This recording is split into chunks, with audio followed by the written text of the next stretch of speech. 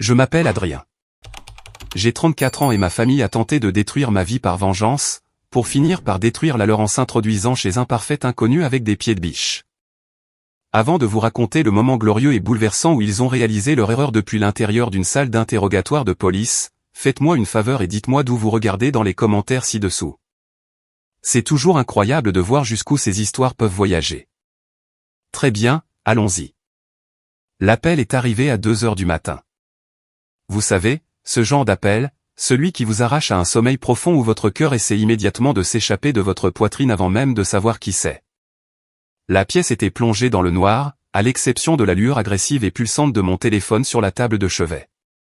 À côté de moi, Anna a bougé, laissant échapper un léger gémissement de protestation contre le dérangement. J'ai tâtonné pour prendre l'appareil, plissant les yeux contre la lumière crue. Numéro inconnu. Ma première pensée fut une urgence à la ferme de serveurs. Je travaille comme ingénieur logiciel principal et si un système tombe en panne, c'est moi qu'on appelle quelle que soit l'heure. Mais d'habitude, ces appels proviennent d'un contact enregistré. J'ai glissé pour répondre. Ma voix était épaisse de sommeil et d'irritation. Allô. Une voix d'homme, calme, officielle et complètement dépourvue de chaleur, a coupé le silence. Est-ce Adrien Miller? Je me suis assis, les draps s'accumulant autour de ma taille. L'adrénaline a frappé mon système comme un shot d'espresso. Oui. Qui est-ce? Ici l'agent Ramirez du département de police de Lakewood. J'appelle concernant vos parents, Richard et Eleanor Miller, et votre frère, Léo Miller. Mon souffle s'est coupé. Lakewood? C'était ma vieille ville natale, à des centaines de kilomètres de l'endroit où j'étais assis à Austin. Je n'avais parlé à aucun d'eux depuis 5 ans. Pas un seul mot, pas une carte de Noël. Rien. Que s'est-il passé, ai-je demandé, la question ayant un goût de rouille dans ma bouche. Sont-ils morts? C'était un réflexe, un vieil instinct que je pensais avoir tué il y a longtemps. Malgré tout ce qu'ils m'avaient fait, malgré la toxicité et le silence, le fil biologique était toujours là, bourdonnant d'une panique de basse tension. Ils sont physiquement indemnes, monsieur, a dit l'agent Ramirez. Son ton était inébranlable, professionnel. La voix d'un homme qui a tout vu et que rien n'impressionne. Cependant, ils ont été placés en garde à vue. Garde à vue, ai-je répété, faisant glisser mes jambes hors du lit.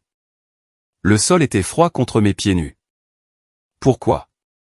Ils ont été appréhendés il y a environ 1 heure pour effraction criminelle, intrusion criminelle et destruction criminelle de propriété. J'ai serré l'arête de mon nez, essayant de comprendre ces mots, effraction. Mes parents avaient la soixantaine. Mon père, Richard, avait de mauvais genoux et un tempérament colérique, mais ce n'était pas un cambrioleur. Ma mère, Eleanor, était une femme qui s'inquiétait de ce que les voisins pensaient si l'herbe était un quart de pouce trop haute. Et Léo, mon frère, était un gosse gâté et paresseux qui pensait que le travail manuel était quelque chose que les autres faisaient. Il ne s'introduirait pas dans une maison. Il embaucherait quelqu'un pour le faire et ensuite ne le paierait pas. Je ne comprends pas, ai-je bégayé. Où? Chez qui? Et puis l'agent Ramirez a prononcé les mots qui ont fait frissonner tout mon corps. Une sensation froide qui n'avait rien à voir avec la climatisation. Au 114 Willow Creek Drive.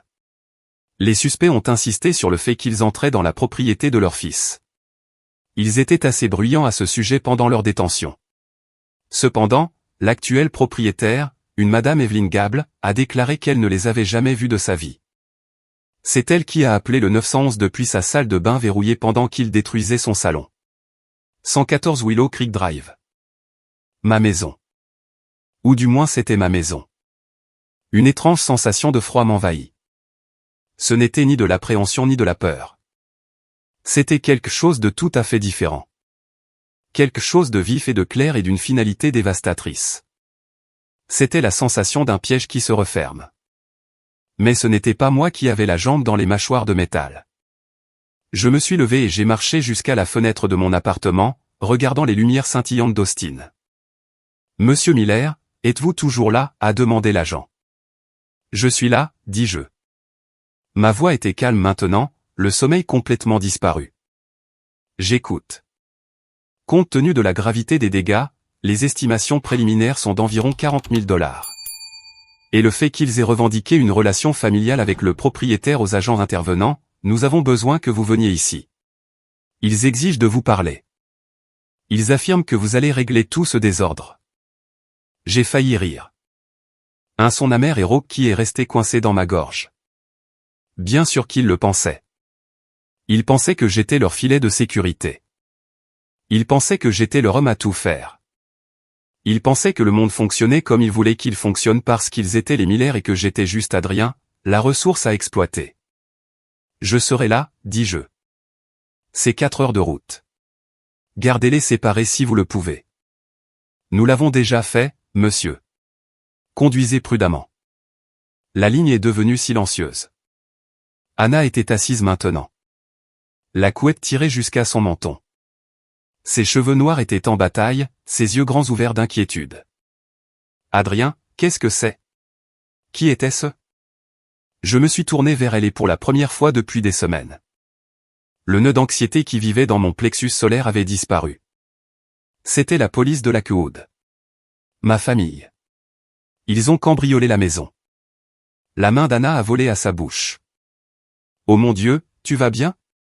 Ont-ils blessé quelqu'un? Ils ont détruit le salon, dis-je en me dirigeant vers le placard pour prendre ma valise. Ils pensaient que j'étais à l'intérieur ou du moins que c'était toujours chez moi. Ils sont entrés avec des pieds de biche. Des pieds de biche? Murmura-t-elle, horrifiée. Pour faire quoi? Pour te faire du mal. Peut-être, dis-je en enfilant un jean. Ou juste pour faire du mal à ce que j'ai. Pour briser ce que j'ai construit. C'est leur style. S'ils ne peuvent pas le contrôler, ils le détruisent. J'ai fermé ma valise.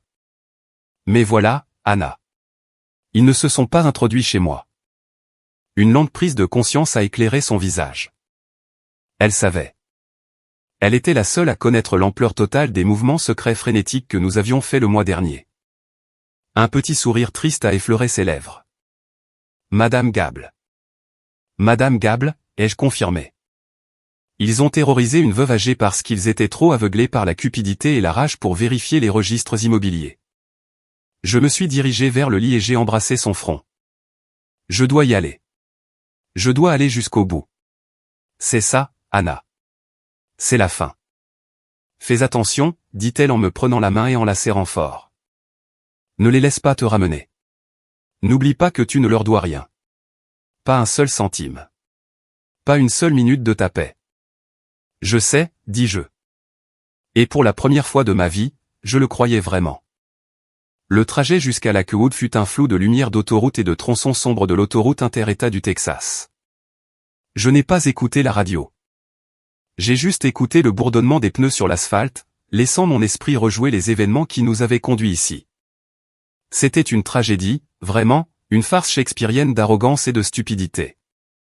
Mais pour comprendre comment mon père de 60 ans s'est retrouvé menotté et comment ma mère s'est retrouvée face à une accusation de crime au lieu d'organiser son club de bridge, il faut remonter le temps.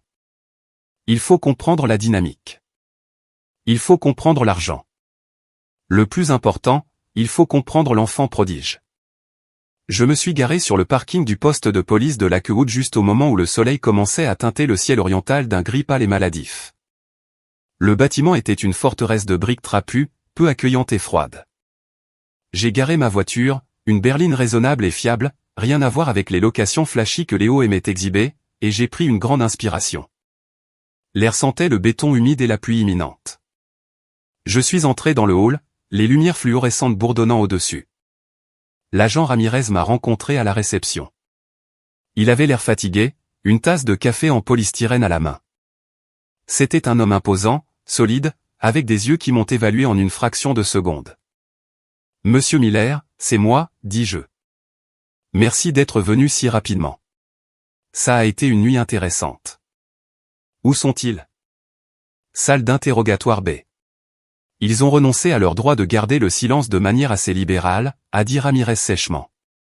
Surtout pour crier à quel point vous êtes ingrat et que tout cela est un malentendu. Votre frère pleure.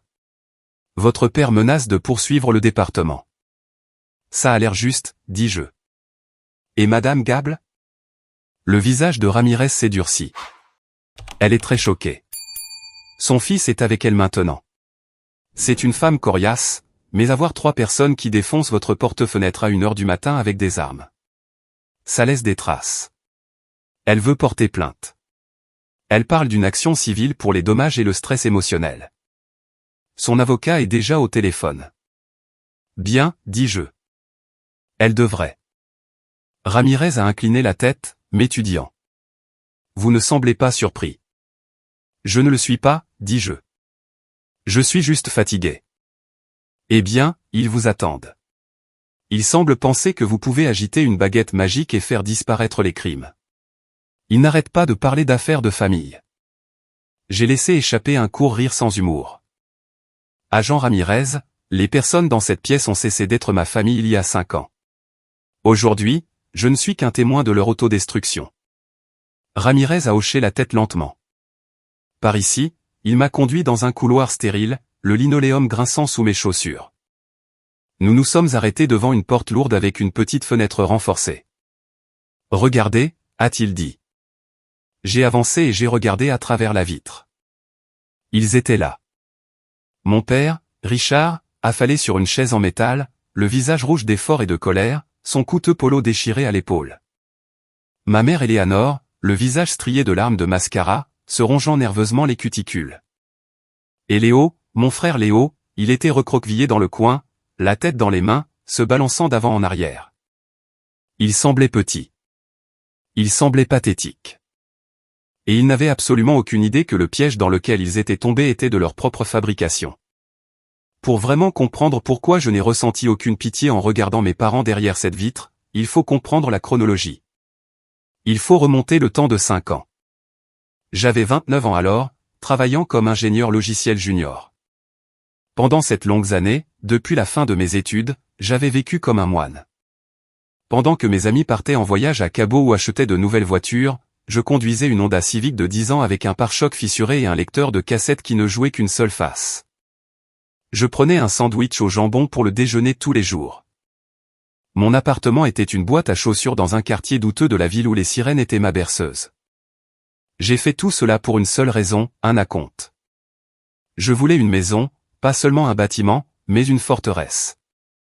Un endroit qui était à moi, où personne ne pouvait me dire quoi faire, où personne ne pouvait envahir mon espace. Grandir dans le foyer Miller signifiait 0 intimité et des critiques constantes. La propriété était donc mon rêve ultime de liberté. Et j'y étais enfin parvenu. J'avais exactement 120 000 $ sur un compte d'épargne à haut rendement. C'était la plus grande fierté de ma vie. C'était mon sang, ma sueur et mes vendredis soirs manqués condensés en un solde bancaire. Ce samedi-là, je me suis rendu chez mes parents pour notre dîner familial mensuel obligatoire. Le chéquier de mon compte d'épargne me brûlait littéralement les doigts. J'allais faire une offre sur un petit logement la semaine suivante, et naïvement, stupidement, je voulais partager la nouvelle. Je voulais qu'il soit fier de moi. La maison sentait le poulet rôti et le polish au citron, comme d'habitude. Ma mère. Éléanore m'a serré dans ses bras à la porte. C'était une étreinte lâche et distraite.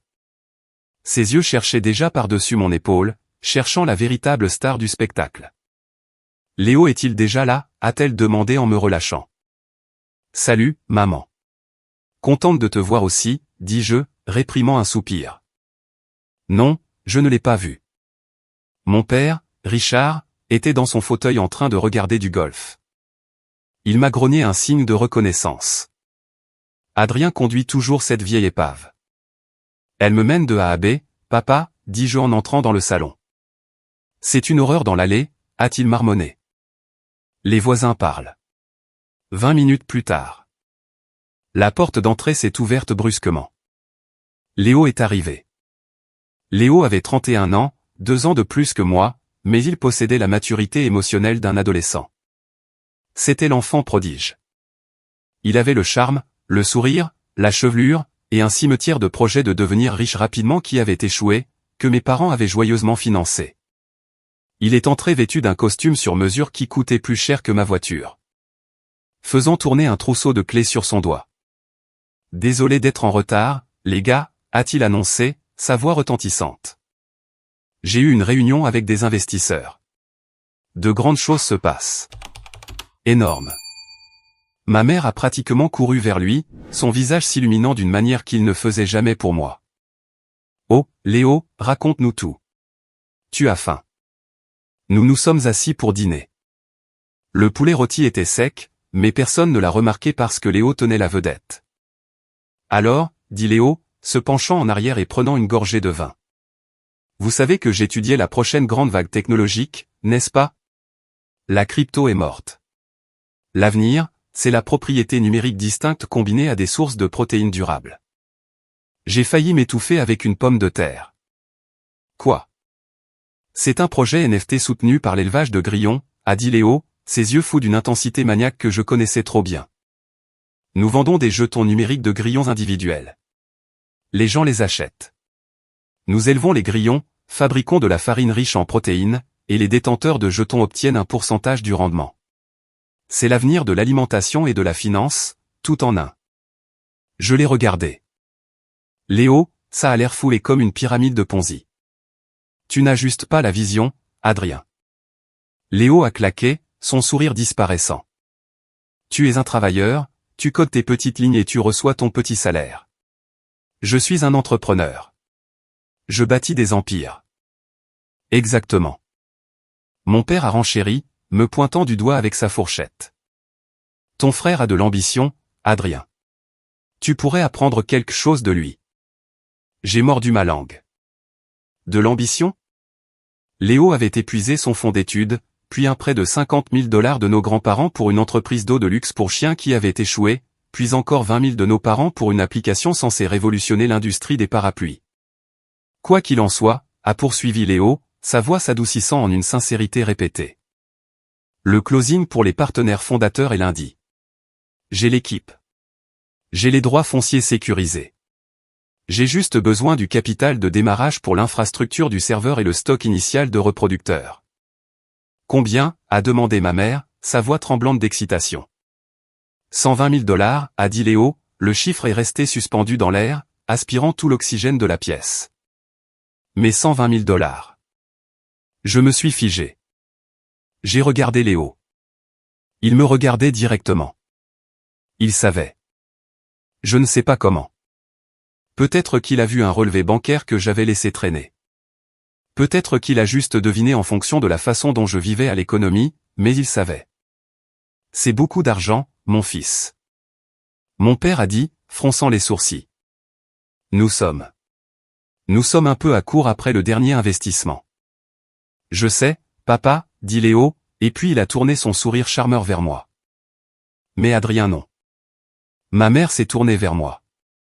Adrien, quoi, ai-je dit, ma prise sur ma fourchette se resserrant jusqu'à ce que mes jointures blanchissent. Tu as des économies, n'est-ce pas, dit Léo sans détour.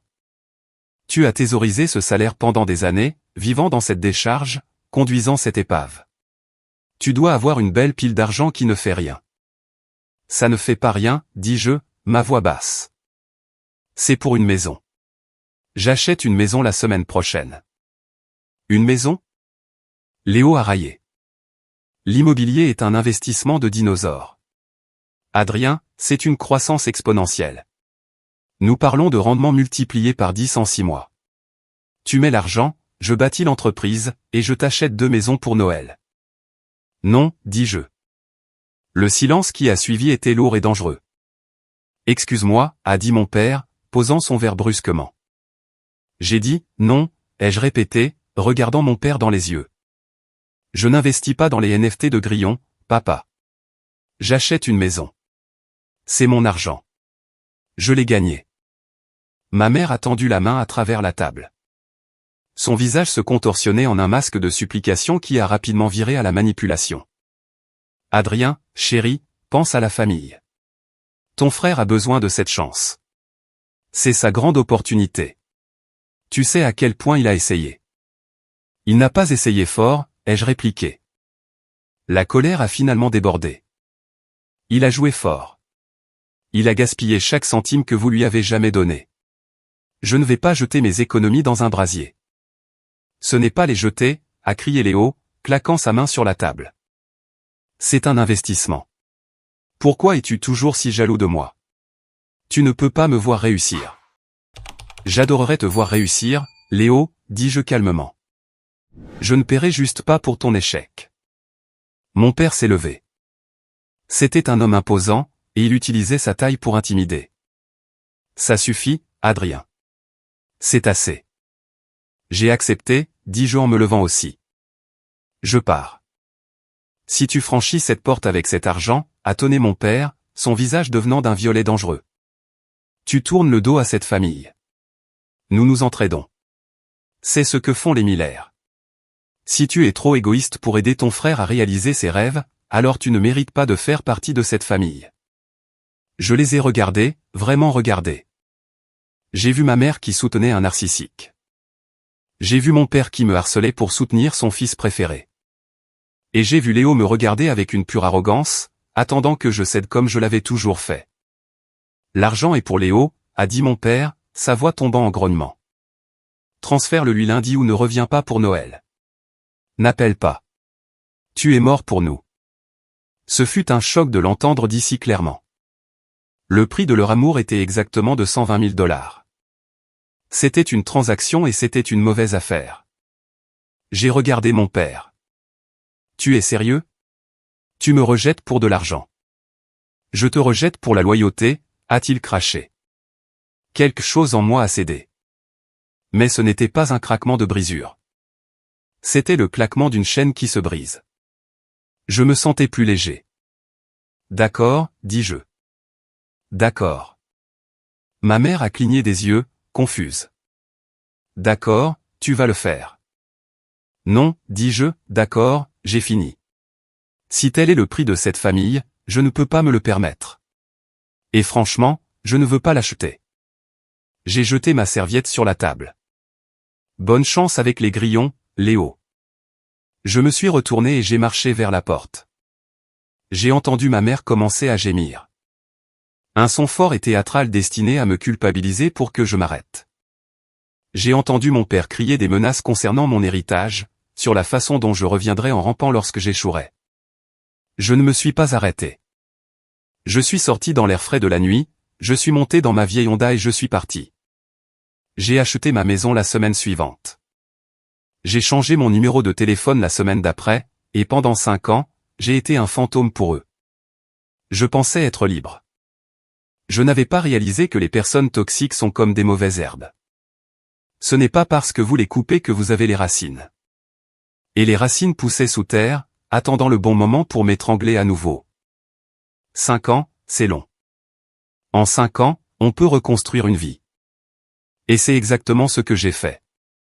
J'ai acheté cette petite maison sur Willow Creek Drive. Ce n'était pas un manoir, mais elle était parfaite.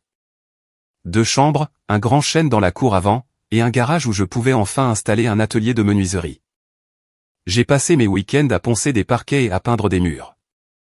J'ai planté un jardin. Chaque fois que je tondais la pelouse, je ressentais un profond sentiment de paix vibrante. C'était à moi. Personne ne pouvait me chasser. Personne ne pouvait exiger que je la vende pour des jetons de grillons. Ma carrière a décollé aussi. Sans le fardeau émotionnel du drame familial, je me suis concentré sur mon code. J'ai été promu ingénieur principal, puis chef d'équipe. Mon salaire a doublé, puis triplé. J'ai commencé à mieux m'habiller. J'ai échangé la Honda contre un SUV fiable. Et j'ai rencontré Anna. C'était une médecin, une urgentiste avec des nerfs d'acier et un rire qui pouvait remplir une pièce. Nous nous sommes rencontrés dans un café où je codais et elle décompressait après une garde de 12 heures. Elle a remarqué le manuel Python sur ma table. J'ai remarqué qu'elle buvait un quadruple espresso à 16 heures. Anna était tout ce que ma famille n'était pas. Honnête, solidaire et saine d'esprit. Quand je lui ai parlé de mon éloignement, elle n'a pas jugé.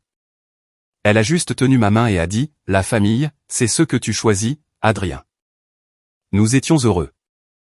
Nous planifions un avenir. Puis vint le courriel. Il arriva un mardi, enfoui dans mon dossier de spam. La ligne d'objet était en majuscule.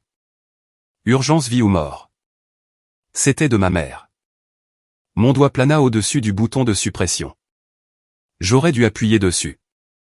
J'aurais dû l'envoyer dans le vide numérique, mais les mots, vie ou mort, se sont accrochés à ce vieux centre de culpabilité de mon cerveau. Et si l'un d'eux avait un cancer? Et si mon père avait une crise cardiaque? Je l'ai ouvert. Adrien, s'il te plaît. Je sais que nous n'avons pas parlé. Je sais que tu es en colère, mais Léo a des problèmes. De vrais problèmes. De mauvaises personnes sont impliquées. Ils vont lui faire du mal. S'il te plaît, rencontre-nous. Nous avons besoin de ton aide. Pas pour nous, mais pour la vie de ton frère. Maman, je l'ai montré à Anna ce soir-là. C'est un piège, a-t-elle dit immédiatement, coupant des légumes pour le dîner. C'est toujours un piège, Adrien. Je sais, dis-je, arpentant la cuisine. Mais et si ce n'était pas le cas? Et s'il était réellement en danger? Si quelque chose lui arrivait et que j'ignorais cela, je ne sais pas si je pourrais vivre avec ça. Il te manipule, a-t-elle averti, me pointant un couteau. Mais je vois que tu ne dormiras pas tant que tu n'auras pas vérifié. Va les rencontrer. Mais promets-moi une chose. Tu ne leur promets pas d'argent. Pas un sou. Je promets, dis-je. J'ai fait les 4 heures de route pour l'AQO d'un samedi. J'ai accepté de les rencontrer dans un restaurant en bordure de ville, un terrain neutre. Quand je suis entré, j'ai à peine reconnu mes parents. Mon père avait l'air diminué, sa fanfaronnade remplacée par un tic nerveux dans sa mâchoire. Ma mère avait l'air vieillie, ses cheveux gris à la racine. Et Léo ressemblait à un homme au bord de la crise de nerfs. Il était agité, pâle, en sueur malgré la climatisation. Mais j'ai remarqué qu'il portait une Rolex. Et dehors, je l'avais vu arriver dans une toute nouvelle Porsche Cayenne en leasing. C'était une contradiction frappante, le désespoir drapé de luxe. Je me suis glissé dans la banquette en face d'eux. Vous avez 10 minutes. Adrien, ma mère a respiré, tendant la main vers la mienne. Je l'ai retirée. Elle a tressailli. Merci d'être venu. 10 minutes, ai-je répété. Ce sont les investisseurs, a dit Léo, la voix craquante. Il ne m'a pas regardé dans les yeux. Je me suis impliqué avec des gars pour une opération de minage de crypto. J'ai emprunté de l'argent pour financer l'achat initial. Laisse-moi deviner, dis-je sèchement. La farine de grillon n'a pas marché. Ce n'est pas une blague. Mon père a claqué, bien que cela manquait de son ancienne fougue. Ton frère est endetté auprès de gens dangereux. Des usuriers, Adrien, pas des banques. Ce ne sont pas des gens qui envoient des lettres. Ils envoient des gars avec des battes de baseball. Combien, demandai-je. Léo a dégluti difficilement. 150 000. J'ai laissé échapper un léger sifflement. Et laisse-moi deviner, vous voulez que je fasse un chèque? Nous ne l'avons pas, ma mère a sangloté. Nous lui avons donné tout ce que nous avions pour la dernière entreprise. Nos comptes de retraite sont vidés. Nous avons un deuxième prêt hypothécaire sur la maison. Il ne nous reste rien, Adrien. Et les gars, ils ont dit qu'ils voulaient l'argent avant vendredi, a chuchoté Léo. Ou ils vont me briser les jambes. Ils ont dit qu'ils allaient me tuer, Adrien. Mon père m'a regardé, ses yeux suppliants. Tu es le seul à pouvoir aider. Nous savons que tu te portes bien. Nous avons vu ton LinkedIn, ingénieur principal. J'ai un prêt hypothécaire, dis-je froidement. J'ai des dépenses.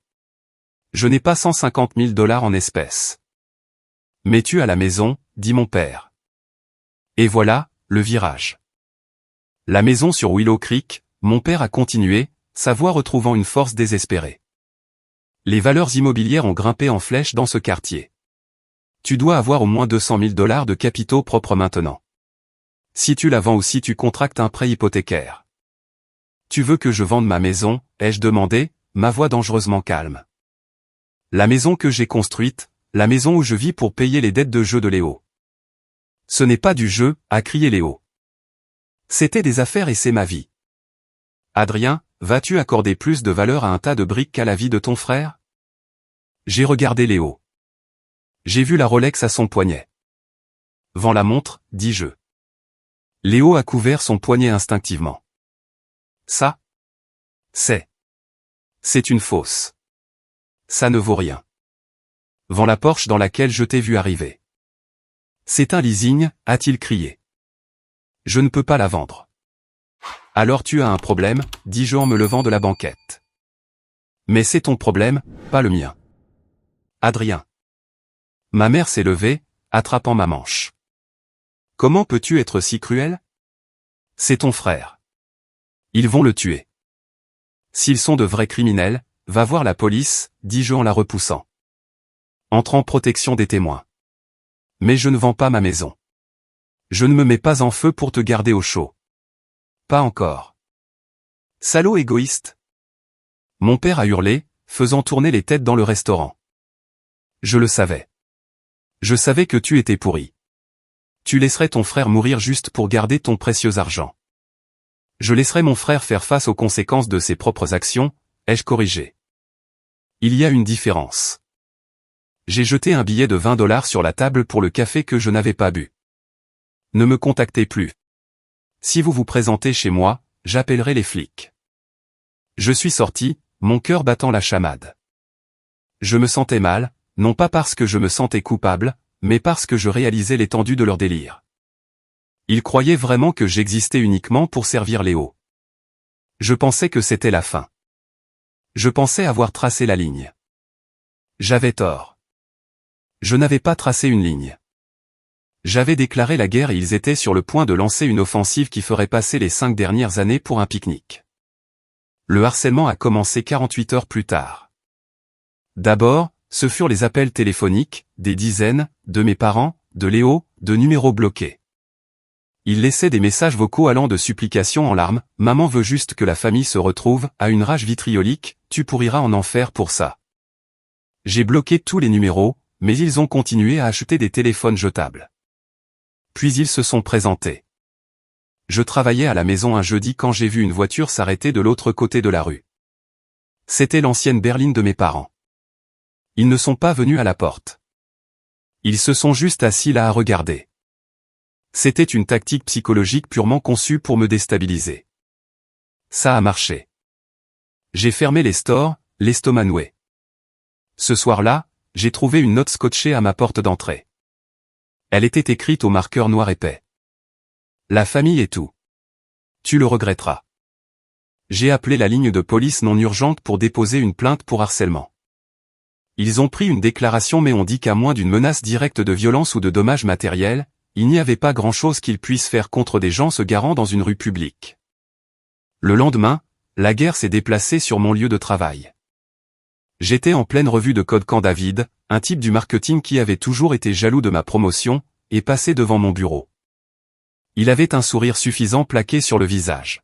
« Salut, Adrien », a-t-il dit assez fort pour que tout l'open space entende.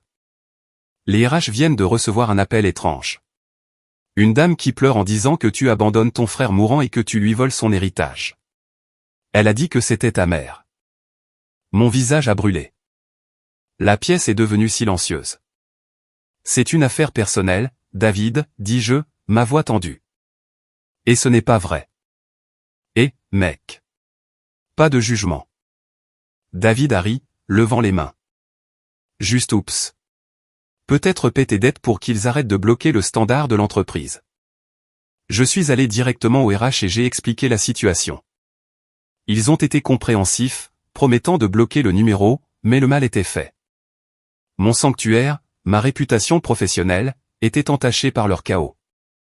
Cette nuit-là, j'ai atteint mon point de rupture. Mon téléphone a sonné. C'était mon oncle Jean. L'oncle Jean était le jeune frère de mon père, mais il avait toujours été l'oncle cool. Il m'avait acheté ma première bière, m'avait emmené voir des matchs de baseball. Je ne lui avais pas parlé depuis des années, mais j'avais toujours un faible pour lui. Je pensais que peut-être, juste peut-être, il appelait pour être la voix de la raison. J'ai répondu, oncle Jean. « Salut, mon petit », a-t-il dit. Sa voix semblait tendue. « Écoute, j'ai entendu parler de la situation avec Léo. Si tu appelles pour me dire de vendre ma maison, économiste à salive, dis-je, me frottant les tempes. Non, non, a dit Jean rapidement. Je sais que ton père est intense, mais Adrien, tu dois comprendre, c'est Jean à qui Léo doit de l'argent. Ils sont réels. J'ai peur pour lui. Jean, Léo ment. Tu le sais. Je sais, Jean a soupiré. Mais regarde, entre nous, je m'inquiète des dommages collatéraux. Si Léo tombe, il pourrait entraîner d'autres avec lui. Que veux-tu dire? Je veux dire, écoute, j'ai mis de l'argent dans cette entreprise aussi, a admis Jean. Juste un petit 20 000 $ pour l'aider à démarrer. S'il fait défaut à ces requins ou quoi que ce soit, je ne reverrai jamais cet argent, et j'en ai besoin. Adrien, l'opération de la hanche de ma femme approche. La prise de conscience m'a frappé comme un coup physique. Tu n'appelles pas parce que tu t'inquiètes pour la sécurité de Léo, dis-je. Ma voix neutre. Tu appelles parce que tu es un créancier. Je suis de la famille, Jean a protesté. Mais oui, j'ai ma part du gâteau. Si tu vends la maison, tout le monde est payé. Léo est en sécurité. Je récupère mon argent. Tes parents arrêtent de paniquer. C'est la solution propre. Fais juste ce qu'il faut, mon petit. Ce qu'il faut. J'ai ri. Un son dur et rauque.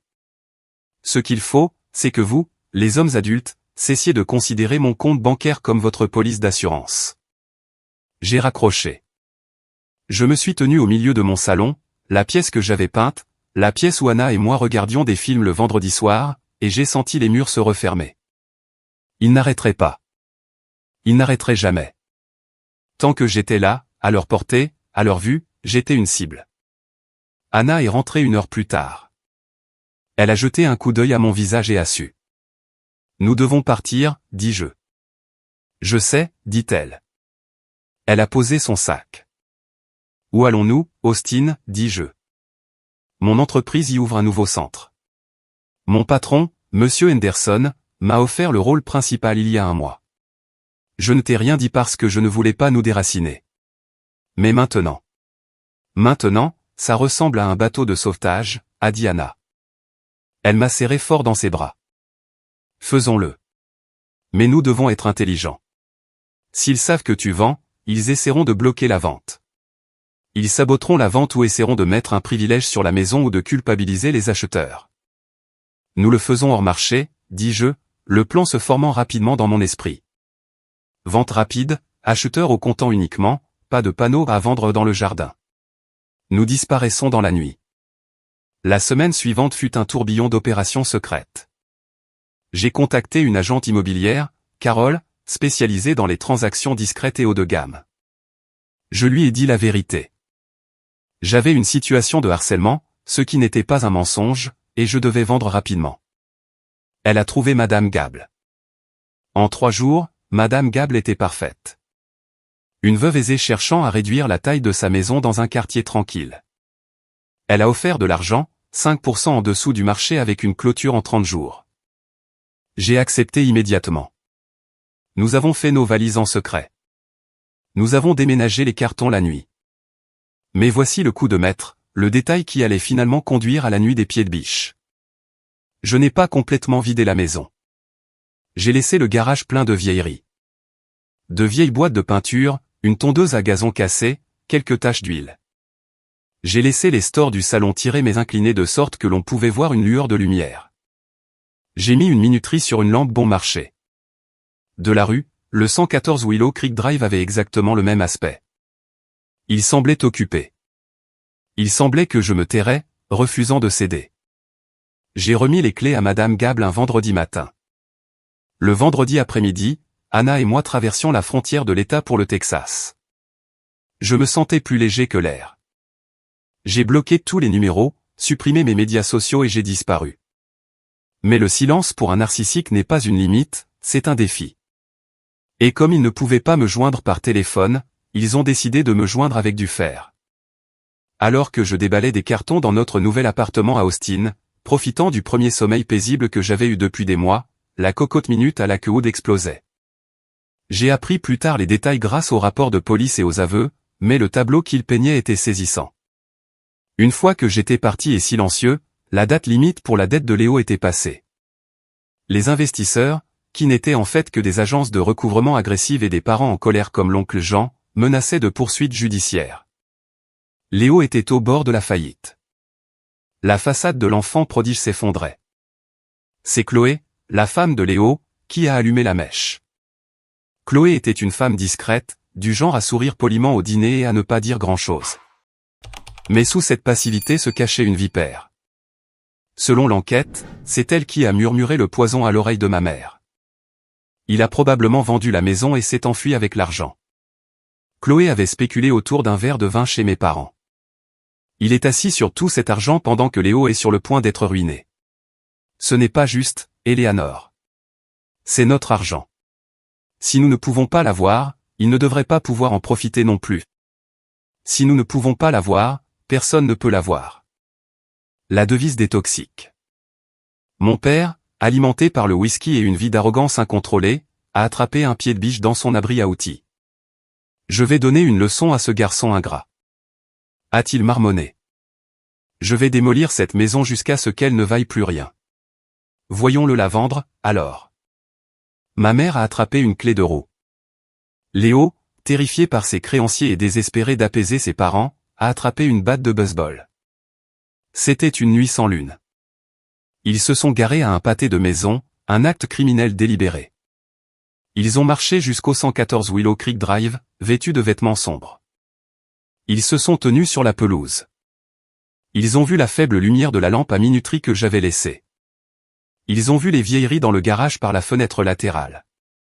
Il est là, a sifflé mon père, caché comme un lâche. Ils sont allés à la porte-fenêtre arrière. Mon père a enfoncé le pied de biche dans le cadre. Avec un craquement écœurant de bois et de métal, la serrure a cédé. Ils sont entrés. Le salon était meublé, mais pas avec mes affaires.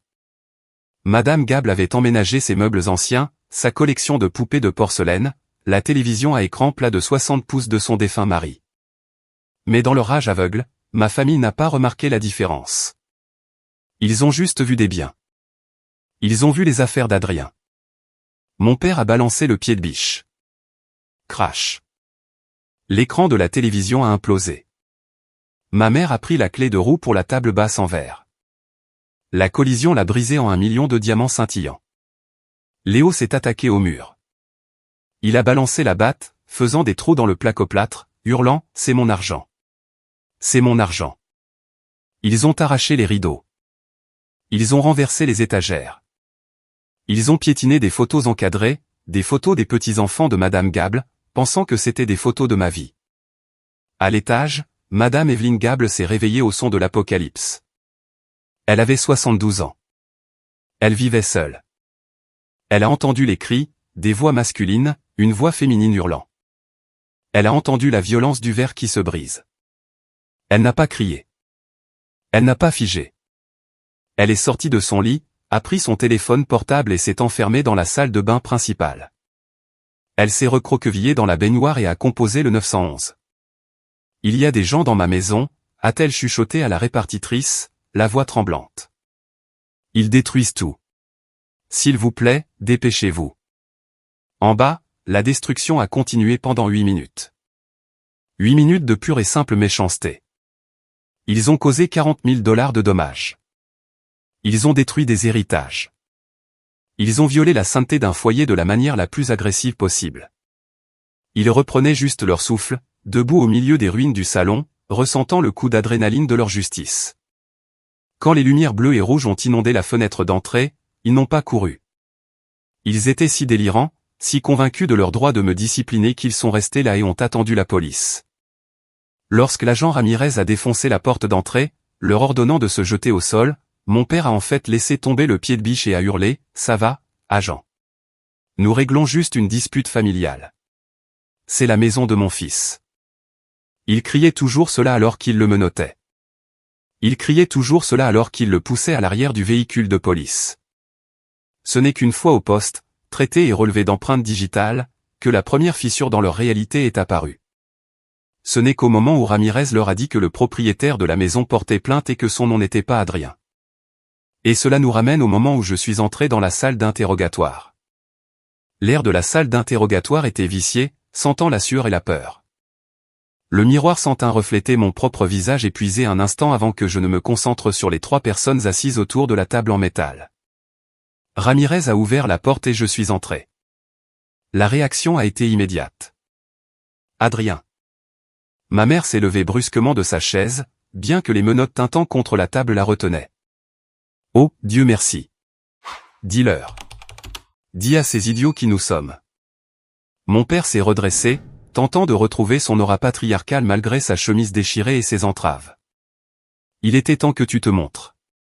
C'est du harcèlement, Adrien. Arrestation illégale.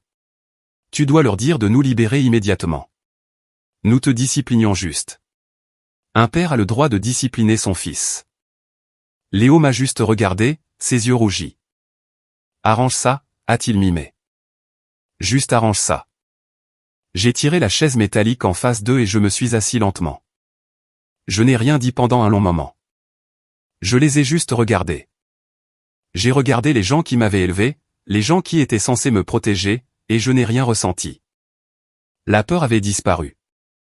La culpabilité avait disparu.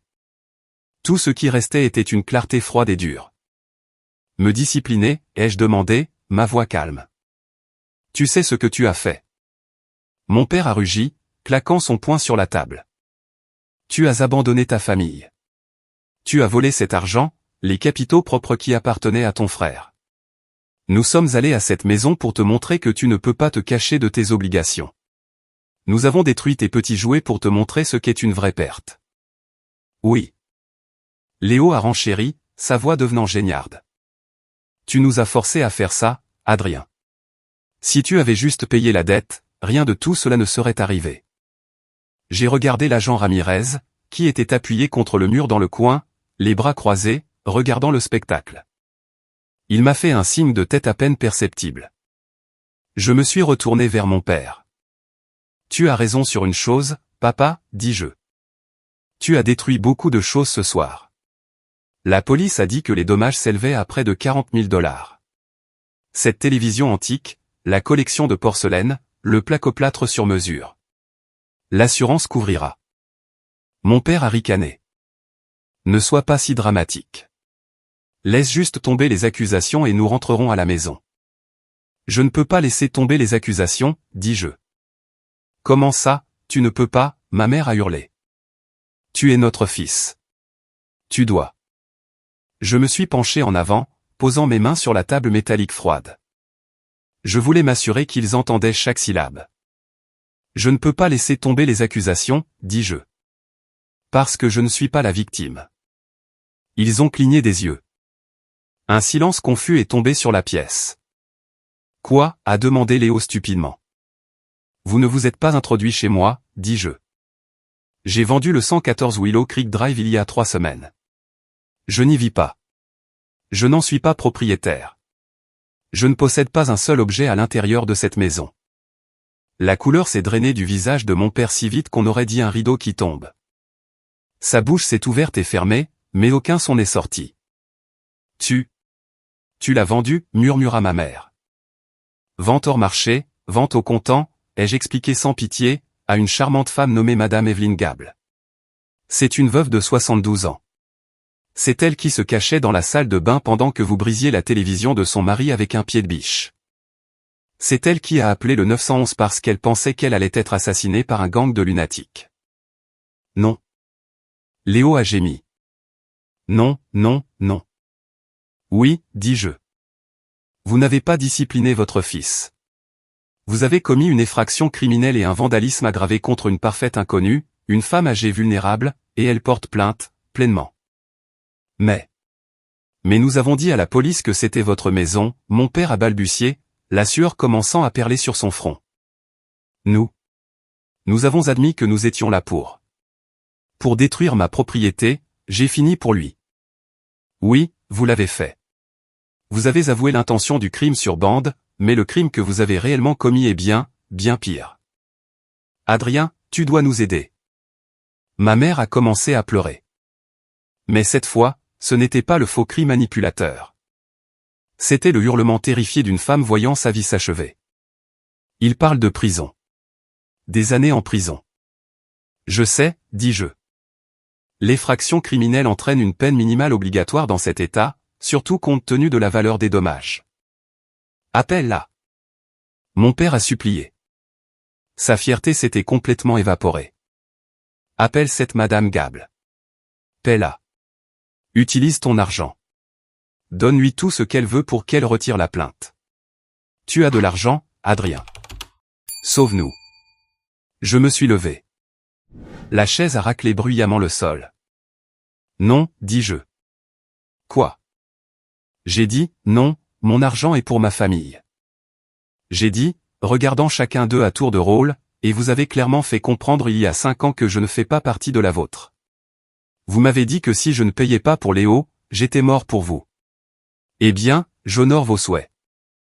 Adrien, s'il te plaît. Léo a crié, essayant de bondir à travers la table, mais étant retenu par ses menottes. Je suis désolé. J'ai menti à propos de la mafia. Je ne dois de l'argent qu'aux banques. S'il te plaît. J'ai fait une pause à la porte. Je les ai regardés une dernière fois. Bonne chance avec l'avocat, dis-je. J'entends dire qu'ils sont chers. Je suis sorti de la pièce. Tandis que la lourde porte claquait, coupant leurs cris, j'ai pris la plus profonde inspiration de ma vie. Je suis sorti du poste de police et dans le soleil du matin. L'air était vif. Mon téléphone a vibré dans ma poche. C'était Anna. Tu vas bien, a-t-elle envoyé par SMS. J'ai regardé le ciel. Je suis libre. J'ai répondu. Mais tandis que je me tenais là, j'ai réalisé quelque chose. La bataille juridique ne faisait que commencer. Et si j'avais gagné la guerre, le nettoyage allait révéler des secrets sur mon frère et sa femme qui feraient passer même ce cauchemar pour apprivoiser. Les jours suivant l'arrestation furent un tourbillon de jargon juridique et de vindication. Je ne suis pas resté à la queude. Je ne leur ai pas rendu visite dans la cellule de détention. J'ai donné ma déclaration à l'agent Ramirez, remis les coordonnées de la représentation légale de Madame Gable, et je suis retourné directement à Austin. Mais tandis que j'étais physiquement parti, la machinerie que j'avais mise en marche les broyait pièce par pièce. Madame Gable, il s'est avéré, n'était pas juste une douce vieille dame. Elle était la veuve d'un avocat d'affaires de haut vol. Elle connaissait la loi mieux que mon père ne connaissait le dos de sa main. Elle n'était pas vindicative, mais elle était intègre. Elle croyait aux conséquences. Elle a engagé un homme nommé Monsieur Sterling. Je lui ai parlé une fois au téléphone. Sa voix sonnait comme du gravier qui craque sous une botte. Monsieur Miller, Sterling avait dit, vos parents semblent être sous l'impression qu'une lettre d'excuse sincère fera disparaître cela. Je les ai informés que ma cliente n'est pas intéressée par les correspondants. Elle est intéressée par la restitution. Le marteau légal est tombé lourdement. Mes parents et Léo faisaient face à des accusations criminelles. Dans l'État du Texas, les dommages matériels de plus de 30 000 $ combinés à l'effraction ne sont pas une blague. Le procureur, voyant leur âge et l'absence d'antécédents criminels, a proposé un accord de plaidoyer. Il pouvait éviter la prison, ce qui aurait été une condamnation à mort pour la santé de mon père, mais les conditions étaient brutales. 5 ans de probation stricte, une thérapie obligatoire de gestion de la colère et une restitution immédiate et complète des dommages, plus les frais juridiques de Madame Gable. Le total s'élevait à un peu plus de 55 000 $. Dû dans 30 jours, ils ne l'avaient pas. Rappelez-vous, ils avaient déjà vidé leur compte de retraite pour le désastre des NFT de Grillon de Léo. Ils vivaient de chèque de paie en chèque de pension. C'est là que l'histoire se transforme en une tragédie de leur propre fabrication. Pour payer la destruction qu'ils ont causée à une maison qu'ils pensaient être la mienne, ils ont dû vendre la seule chose qu'ils possédaient réellement, leur propre maison. La maison où j'ai grandi. La maison où mon père s'asseyait dans son fauteuil et jugeait le monde. La maison où ma mère organisait ses clubs de bridge et faisait semblant que tout était parfait. Ils ont dû la mettre en vente à un prix bradé pour obtenir de l'argent rapidement. Elle a été vendue en 2 semaines à un revendeur qui prévoyait de la vider. J'ai appris par mon ancienne voisine, Madame Higgins, que le jour où le camion de déménagement est arrivé, mon père s'est assis sur le trottoir et a pleuré. Non pas des larmes silencieuses et dignes, mais des sanglots forts et haletants d'un homme qui réalise qu'il a joué à un jeu de poulet avec la réalité et qu'il a tout perdu. Mais la ruine financière n'était pas le plus gros coup. Le plus gros coup, c'était la vérité sur Léo. Pendant l'enquête préliminaire à la condamnation, le tribunal a dû examiner les circonstances atténuantes que mes parents revendiquaient. Ils n'arrêtaient pas de dire au juge, nous devions le faire. La vie de notre fils était en danger. La mafia venait le chercher. Alors, la police a enquêté sur la menace. Ils ont réquisitionné les relevés téléphoniques de Léo. Ils ont examiné ses finances. Ils ont retrouvé les gens à qui il devait de l'argent. Il n'y avait pas de mafia. Il n'y avait pas de gars avec des battes de baseball. Il n'y avait pas de date limite de vie ou de mort. Léo devait 40 000 $ à American Express. Il devait 30 000 $ à une plateforme de crypto où il avait fait de mauvaises opérations à effet de levier. Et il devait 50 000 $ à l'oncle Jean et à quelques autres cousins éloignés. Les messages vocaux menaçants que ma mère prétendait avoir entendus. Léo les avait enregistrés lui-même à l'aide d'une application de changement de voix sur son téléphone. Il avait fabriqué toute la crise. Il avait terrifié ses parents âgés, les avait mis en rage protectrice, et les avait pointés sur moi comme une arme chargée. Tout cela parce qu'il ne voulait pas déclarer faillite et perdre sa Porsche en leasing. Quand cela est apparu, quand le procureur a déposé les preuves sur la table lors d'une audience, mon père a finalement craqué. Je n'étais pas là, mais mon ami Marc, dont le cousin travaille comme huissier au tribunal, m'a raconté l'histoire. Ton père n'a pas dit un mot, m'a dit Marc au téléphone. Il s'est juste retourné lentement et a regardé Léo, et Léo. Léo a rétréci. Il a essayé de bégayer quelque chose à propos de la protection de l'image de la famille. Mais ton père s'est juste levé et est sorti de la salle d'audience. Le juge a dû lui ordonner de retourner à sa place. Le lien était brisé. L'enfant prodige n'était pas seulement terni. Il s'est révélé être de l'or de fou. Au moment où la poussière est retombée, mes parents vivaient dans un petit appartement d'une chambre dans le mauvais quartier de la ville. Par coïncidence, non loin de l'endroit où je vivais quand j'économisais, ils dormaient sur un canapé-lit. Léo et Chloé logeaient avec eux parce qu'ils avaient été expulsés de leur luxueux condo.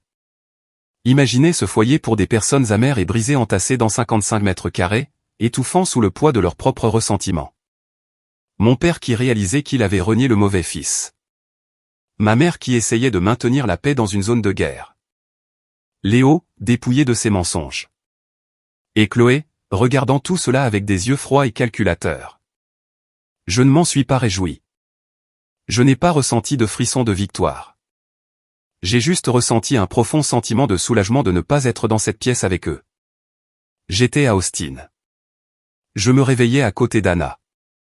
J'allais à un travail où j'étais respecté. Mais l'univers m'avait réservé un dernier test, une dernière tentative du passé pour me ramener. Cela s'est passé environ une semaine avant la date prévue pour la clôture officielle de l'achat d'une nouvelle maison à Austin. Une vraie maison cette fois, partagée avec Anna. Mon téléphone a sonné. C'était un numéro que je ne reconnaissais pas, mais l'indicatif régional était celui de Lakewood. J'ai hésité à répondre. J'avais encore changé mon numéro, mais d'une manière ou d'une autre, il l'avait trouvé. Le désespoir rend les gens ingénieux. J'ai décroché. C'est Adrien. Adrien? C'est maman. Sa voix était méconnaissable. Le ton impérieux et exigeant avait disparu. La douceur manipulatrice avait disparu.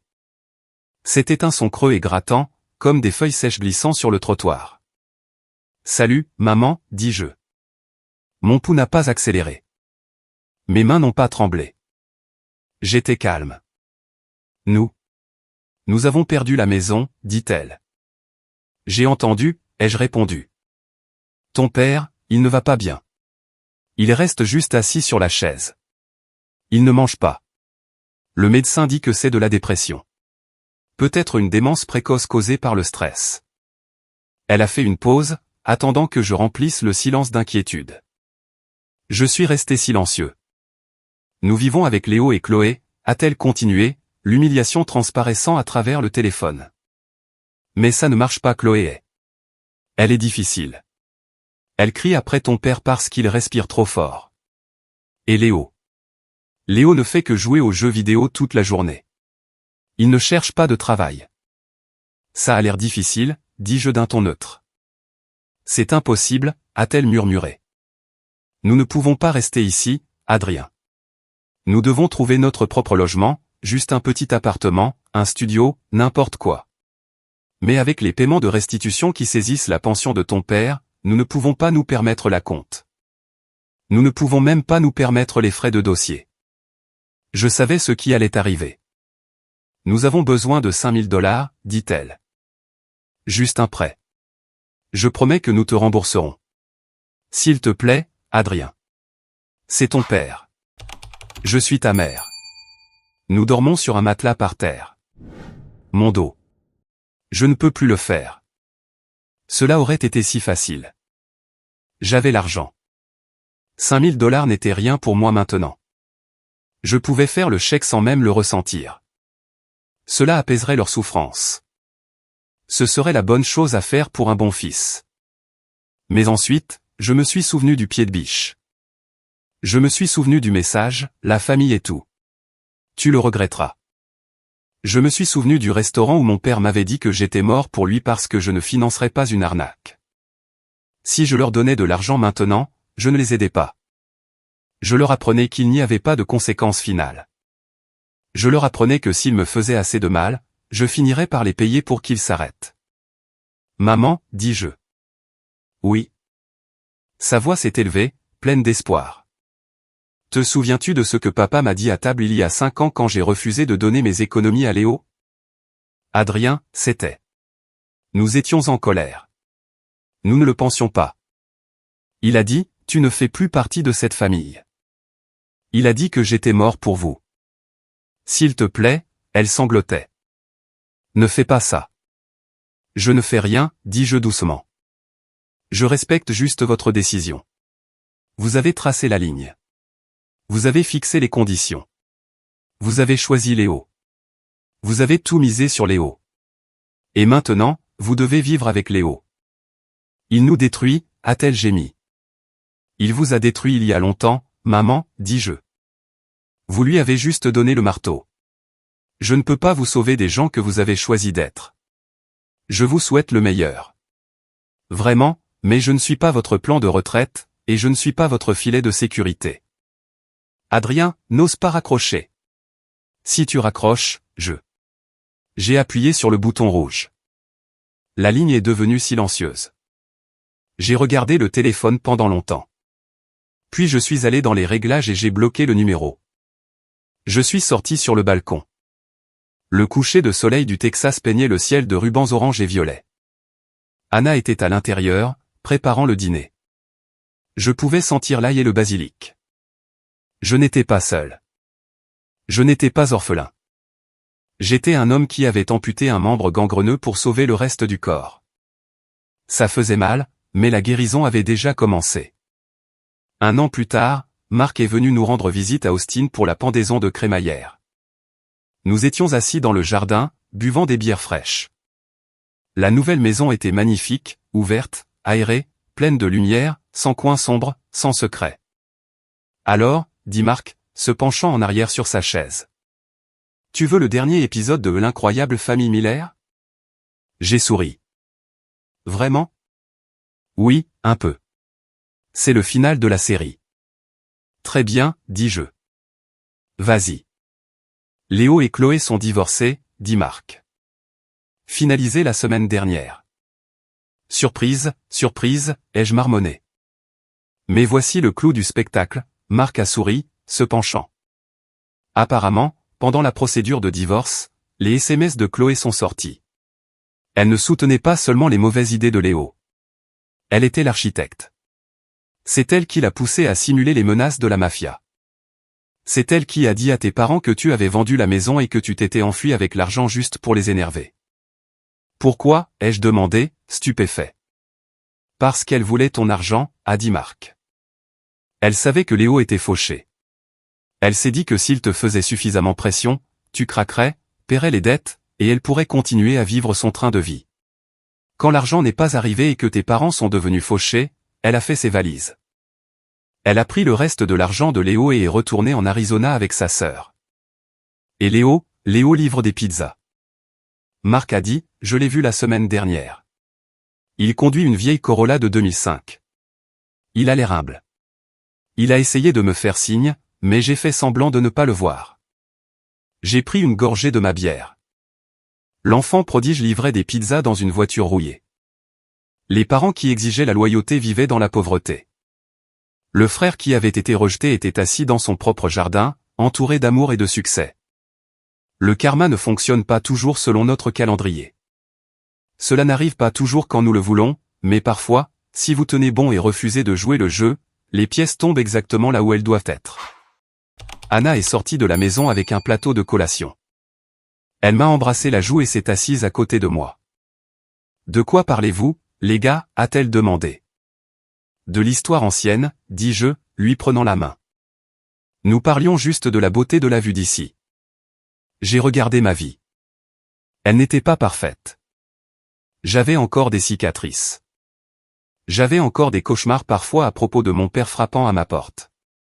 Mais ces moments étaient de plus en plus rares. J'avais construit cela non pas avec l'argent de la famille, non pas avec un héritage, non pas avec des manipulations. Je l'avais construit avec un travail acharné, avec la vérité, et avec le courage de dire non. J'ai serré la main d'Anna. « Prête pour le dîner » a-t-elle demandé. « Oui » dis-je, j'ai faim. S'il y a une chose que je veux que vous reteniez de mon histoire, ce n'est pas l'argent. Ce n'est pas les pieds de biche ou les arrestations. C'est la définition de la famille. Pendant longtemps, j'ai pensé que la famille était une obligation biologique. J'ai pensé que c'était une dette dans laquelle j'étais né, une que je devais payer pour le reste de ma vie, peu importe à quel point les taux d'intérêt augmentaient. Je pensais que dire non à mes parents faisait de moi une mauvaise personne. Mais j'ai appris à la dure que la loyauté toxique n'est qu'un esclavage avec un meilleur nom. Vous avez le droit de choisir votre paix. Vous avez le droit de fermer la porte aux gens qui ne frappent que lorsqu'ils veulent vous prendre quelque chose. Vous avez le droit de redéfinir la famille non pas par le sang mais par le comportement. Ma famille n'est pas les gens qui partagent mon ADN.